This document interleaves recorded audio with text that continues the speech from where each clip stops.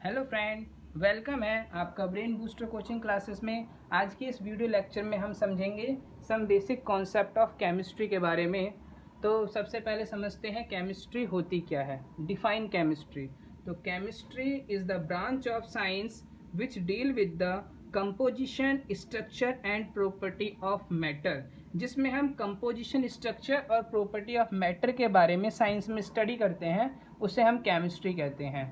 तो अब लिखिए, anything present in the universe can be defined into two category. Universe में केवल दो ही फॉर्म में एग्जिस्ट करता है, पहला मैटर, दूसरा एनर्जी।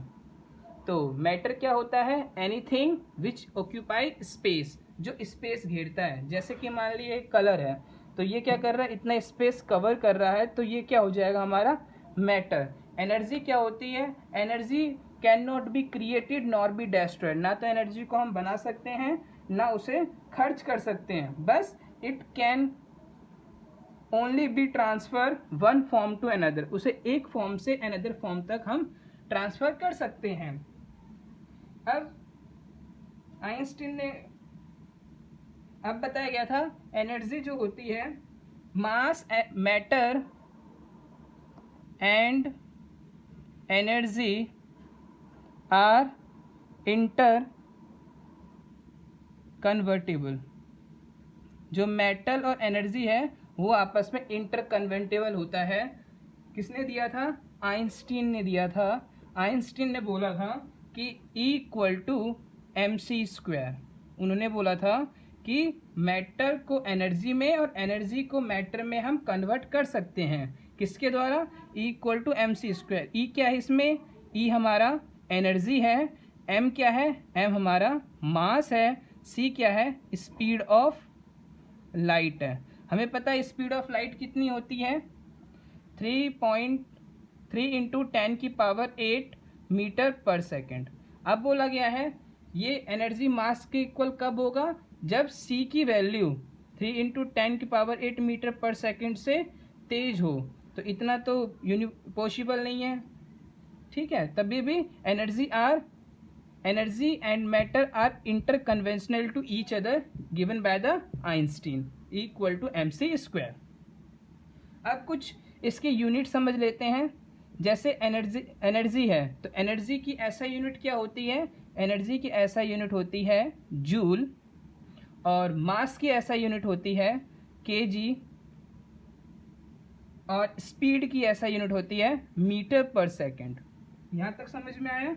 अब हम समझ लेते हैं importance of chemistry. Importance of chemistry, chemistry का क्या इम्पोर्टेंस है? तो केमिस्ट्री की इम्पोर्टेंस क्या जरूरी होता है कि हम केमिस्ट्री पढ़ें?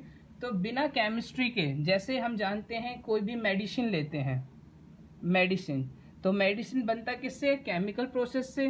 तो जितने भी मेडिसिन है, मेडिसिन को दूसरे नाम से ड्रग्स भी कहा जाता है साइंस के पॉइंट ऑफ व्यू से, तो जितने भी मेडिसिन है सब केमिस्ट्री में आ जाते हैं। और यहाँ तक कि जो हम डाइजेस्ट करते हैं, केमिकल प्रोसेस जिसके द्वारा हमारा भोजन डाइजेस्ट होता है, वो भी केमिस्ट्री के द्वारा ही होता है, इसीलिए इम्पोर्टेंस है। एग्रीकल्चर है, जैसे खेती बाड़ी होता है, तो उसमें खाद, मैन्यूर का जो काम करता है वो आपके केमिस्ट्री बेस्ड होता है। इसीलिए chemistry is a very important play role in our day to day life.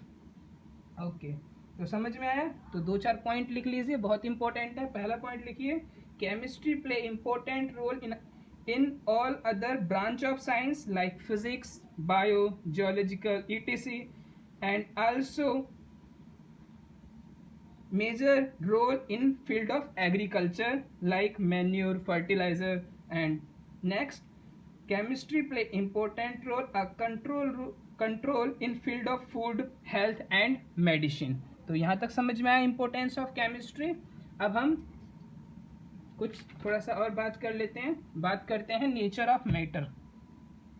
Nature of matter कि नेचर, मैटर का नेचर क्या है? तो हमें पता होना चाहिए कि नेचर ऑफ मैटर क्या है। हमें पता है कि it is made up of A particle, कि जो हमारा मैटर है वो किससे बना हुआ है? वो पार्टिकल से मिला हुआ है। पार्टिकल्स क्या हो सकता है हमारा?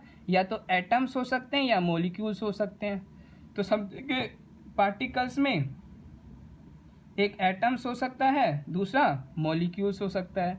अब समझेंगे एटम और मॉलिक्यूल्स क्या होता है। एटम्स क्या होता है? Atom is a smallest form of matter. जो सिंगल स्मॉलेस्ट फॉर्म होगा उसे हम एटम बोलेंगे, और दो या दो एटम आपस में कंबाइन होगा तो मॉलिक्यूल्स बन जाएगा। तो इसका मतलब है atoms combine to each other, atoms combine to each other then form a molecules. Okay, अगर दो एटम आपस में कंबाइन होगा तब उसे हम क्या कहेंगे? Diatomic. तो डाई एटॉमिक एग्जाम्पल क्या हो जाएगा? जैसे O2, N2 और HCl। और जैसे तीन एटम है तो तीन एटम आपस में मिलकर क्या बनाएगा? Try atomic. ट्राई एटॉमिक में क्या आ जाएगा? जैसे O3, H2O। और अगर चार एटम आपस में कंबाइन होगा तो क्या बनेगा? Tetra atomic. टेट्रा एटॉमिक में एग्जाम्पल क्या हो जाएगा? P4। और एक समझेंगे पॉली एटॉमिक। तो पॉली एटॉमिक क्या होता है? वो होता मॉलिक्यूल्स ही है, लेकिन जिसमें ज़्यादा एटम आपस में कंबाइन होगा उसे पॉली एटम कहा जाएगा। जैसे S8 और C6H6, जैसे बेंजीन। समझ में आया? अच्छा लगे तो लाइक करना, शेयर करना, सब्सक्राइब करना। Thank you. और याद रखना, घर पे रहना, सुरक्षित रहना। अब घर पे ही स्टडी होगी तो थोड़ा सा हाथ सोशल डिस्टेंसिंग का ख्याल रखना और हैंड सैनिटाइजर करते रहना। तो थैंक यू।